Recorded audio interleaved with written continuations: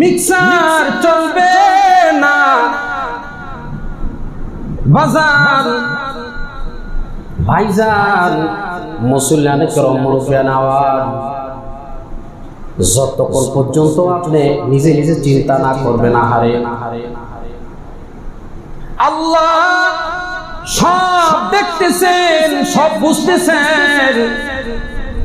শেখ সাদি রহমাতুল্লাহি আলাইহি বলেন চেহেল সাল আজিজাস গুজাস মেজাজে তু আজ হালে তিফলি নাগাস।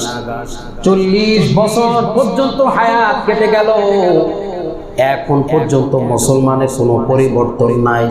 একজন মানুষ ছোট থেকে 40 বছর পর্যন্ত বড় হলো, কিন্তু তার মধ্যে হাজারো গুনাহ লুকাইতো, এখন পর্যন্ত সেই গুনাহগুলো ছাড়তে পারে না। তাহলে আল্লাহ তাআলা গুনাহগারের প্রতি খুশি না বেজার? খুশি না বেজার? গুনাহ যতক্ষণ পর্যন্ত মুমিন বান্দা না ছাড়বে ততক্ষণ পর্যন্ত সে যত কথাই বলুক না কেন সে আল্লাহর পছন্দনীয় ব্যক্তি হতে পারবে নয় কার? তাহলে গুনাহ নিয়ে কবরে যাওয়া কথা বলেন। এখন সমাজে সবচেয়ে বেশি দূষিত যেটা মানুষ বিভিন্ন বিষয়ে শুধু হাঁটতেছে এরকমটা না, সে পরিপূর্ণভাবে আসক্ত হয়ে গেছে। এটা ছাড়া তার ভালোই লাগে না, এটা হারাম, এটা সে করতেই আছে। এটার ব্যতিক্রমে সে যাইতেই পারতেছে না। আল্লাহ বলেন এখনো তুমি তাওবা করো, তোমার যেই ত্রুটি আছে ত্রুটির জন্য এখনো তুমি তাওবা করো, ইস্তেগফার করো।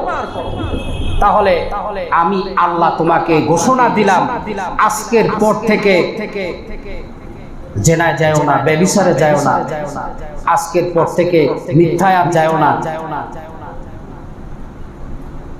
আজকের পর থেকে আর এই কবিরা গুনার মধ্যে যাও না।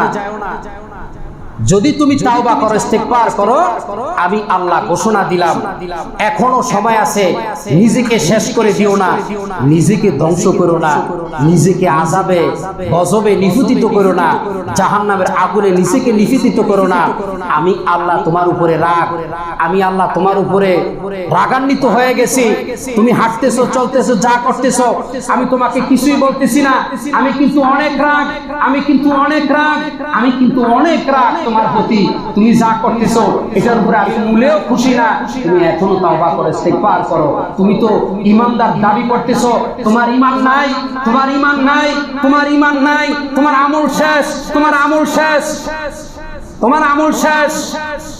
তোমাকে মানুষ মুসলমান বলে, আসমানে মুসলমান বলে না, ফেরেশতারা মুসলমান বলে না, কেউই তোমাকে মুসলমান বলে না। তোমাকে যে আমিও মুসলমান বলি না, আসমানেও মুসলমান বলে না, এটা নিয়ে কিন্তু বান্দা এটা নিয়ে কিন্তু তুমি কবরে আসছো না। যদি তুমি এটা নিয়ে কবরে আসো, জাহান্নাম ছাড়া তোমার কোনো উপায় নেই, ঠিক কিনা বলেন? তাহলে আমাদের চিকিৎসা ট্রিটমেন্ট লাগবে দুনিয়াতে, ঠিক কিনা বলেন ভাই? রোগাক্রান্ত মুসলমান কি রোগাক্রান্ত আছে না নাই? মানুষ আসক্ত কিনা বলেন না? যে অবস্থানে গুনার কোন আসক্ততায় যাকে আটকিয়ে ফেলছে, এখন এগুলি ছেড়ে দেন, এখনো তাওবা করেন, এখনো ইস্তেগফার করেন। তাহলে অবশ্যই আল্লাহ তাআলা আমাদের উপরে নারাজ না হইয়া খুশি হইয়া আবারও রহমতের ফয়সালা করবেন ইনশাআল্লাহ।